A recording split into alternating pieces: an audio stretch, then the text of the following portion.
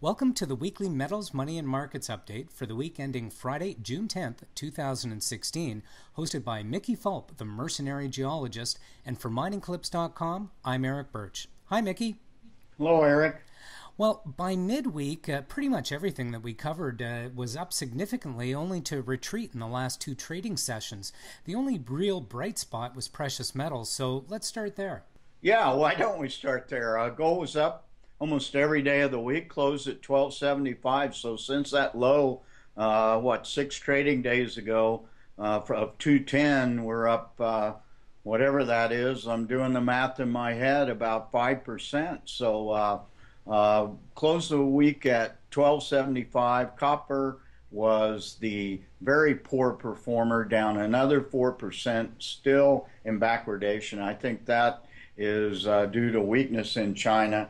Silver had quite a nice gain over the week, up almost 16% above 17 bucks again. Platinum, palladium were kind of mucking around, up or down a percent. The gold silver ratio is down to below 74, and so that's getting toward the lower end of since we started our show a couple of months ago, I should say. Certainly, when silver picks up steam, it definitely tends to outperform the other precious metals. Absolutely. And moving on to energy, oil had quite the week. With the week midweek, it moved over the $50 level, and we saw some highs this week. But they gave back those gains yesterday and today. Well, it did. It closed the week at 49.03, up a half a percent. But as you said, spent the majority of the week above 50 bucks. Down today about $1, and I think that really has to do with the rise in the U.S. dollar. And then there's been some profit taking in the oil business.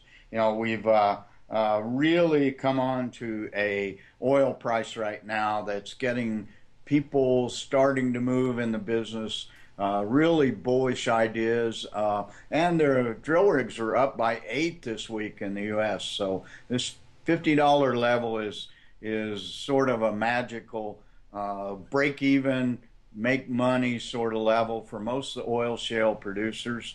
And not only that, I think it's very psychological. Certainly, it's reinvigorating the sector. Moving on to currencies, the U.S. dollar and the Canadian loonie remain strong this week, but we did see some weakness in the euro. Well, that's what always happens. I think there's just about a 1-to-1 negative correlation of the U.S. dollar and the euro. And the real news of the week out of Britain was a poll that came out last night, and I think this has to do somewhat with the weakness in the major markets in the U.S. and in China. The Brexit, the leaving of the European Union, is now favored 55 to 45, a 10% margin. We haven't seen that before. That caused the pound to go down overnight and also affected U.S. markets. Certainly, and as you said, if they had the vote today, it would look like Britain would be leaving the euro. So, well, if you believe this one poll, I mean, exactly. Polls are slippery slopes at best, but it looks like that the tide is turning toward leaving the European Union. Well, we'll have our answers soon enough. Moving on to markets, major indices started out the week in bullish territory, and in fact, the S&P hit a 10-month high and was flirting with all-time highs on Wednesday. But by the week end here, all those gains were given up. What's your take? Well, there's many reasons why I think equities are looking at being overbought. We're approaching the summertime, summer doldrums, so the interest in the markets are down. We had up 3 days, as you said, then a pretty brutal sell-off today. The VIX, the volatility index, went above 15, closed today at 16. We haven't seen that for at least a month, if not 2 months. So we've seen this broad sell-off in equities led by China. Bond markets are up worldwide, even though yields are lower and lower. I don't know why you would go into government bonds when they do not do nothing for your net worth, but that seems to be what's going on. Um, you got George Soros came in yesterday with very negative view of European markets. He's been moving to gold, or what he calls gold, paper gold, the ETF. And then you had Bill Grosso yesterday came out with a very negative article on ZIRP, zero interest rate policies, worldwide negative interest rates.